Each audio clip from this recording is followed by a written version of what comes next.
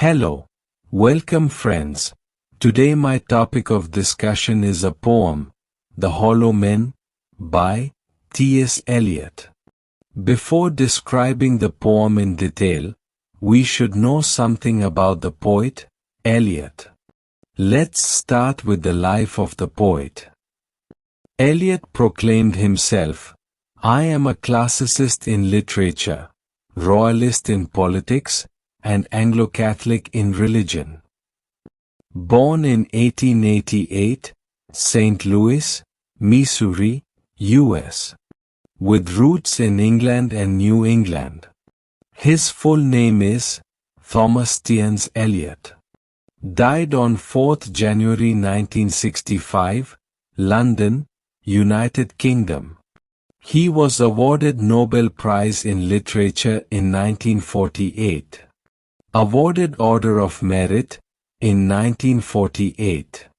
Eliot was an American English poet, playwright, literary critic, and editor, a leader of the modernist movement in poetry. He began to write poetry at 14, under the influence of Edward Fitzgerald's translation of the Rubaiyat by Omar Khayyam. From 1911 to 1914, he was at Harvard, studying Indian philosophy and Sanskrit. He moved to England in 1914 at the age of 25. On 22 September 1914, Eliot paid a visit to Ezra Pound's flat. He edited the journal, Criterion from 1922 to 1939. In 1925, Eliot became a director in the publishing firm, Faber and Guyer, later known as Faber and Faber. At Faber and Faber, he was responsible for publishing English poets, including W. H. Auden, Stephen Spender, Charles Madge, and Ted Hughes. Eliot commented on his religious views that he combined a Catholic cast of mind, a Calvinist heritage, and a puritanical temperament. He was commemorated with a quotation from his poem, East Cocker, "In my beginning is my end. In my end is my beginning." In 1967, on the second anniversary of his death, Eliot was commemorated by the placement of a large stone in the floor of Poets' Corner, in London's Westminster Abbey. The stone is inscribed from his Order of Merit, and with a quotation from his poem, Little Gidding. The communication of the dead is tongued with fire, beyond the language of the living. Let's see some quotations by Eliot. If we really want to pray, we must first learn to listen, for in the silence of the heart, God speaks. The journey, not the destination, matters. Every moment is a fresh beginning. The end of all our exploring will be to arrive where we started. The darkness declares the glory of light. For us, there is only the trying, the rest is not our business. Dante and Shakespeare divide the world between them. There is no third. We read many books, because we cannot know enough people. What is true only for one time and only for one place. The purpose of literature is to turn blood into ink. Poetry is not an assertion of truth, but the making of that truth more fully real to us. To make an end is to make a beginning. All our knowledge brings us nearer to our ignorance. Next. Talent imitates, genius steals. Life is long between the desire and the spasm. To become what you are not, behave as you do not.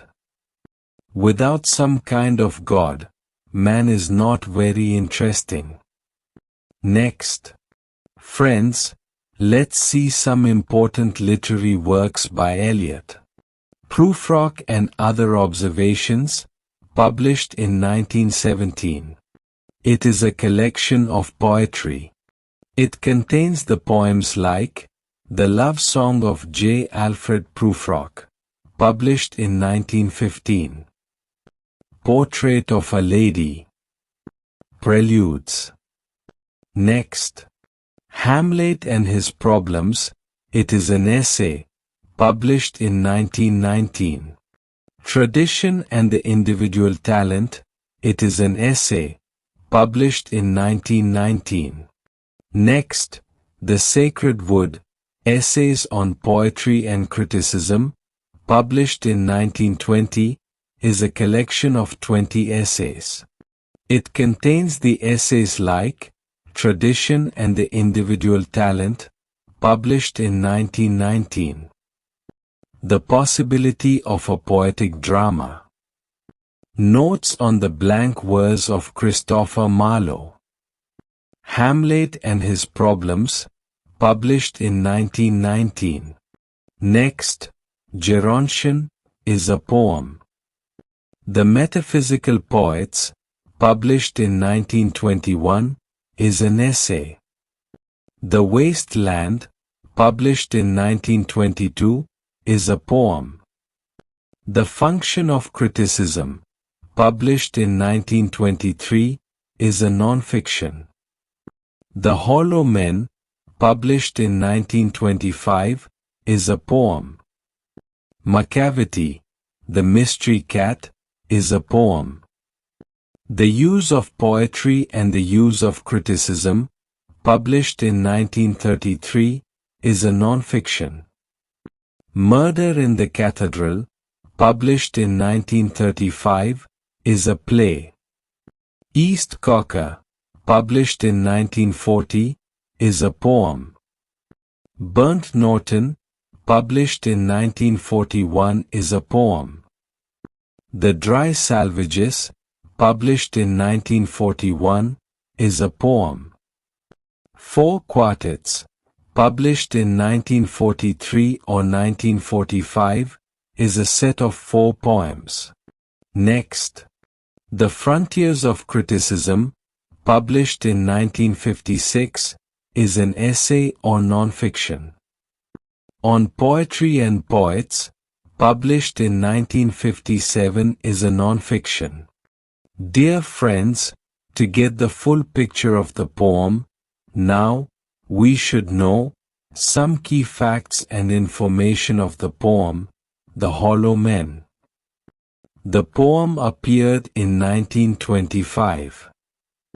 Published in the journal, Dial. Tone. Despairing tone is found in the poem. Setting. A desert, nether world, barren land, a desert by a tumid river. Protagonist and antagonist, the hollow men. Point of view, first person plural narrative, except when a singular voice speaks, in the second part.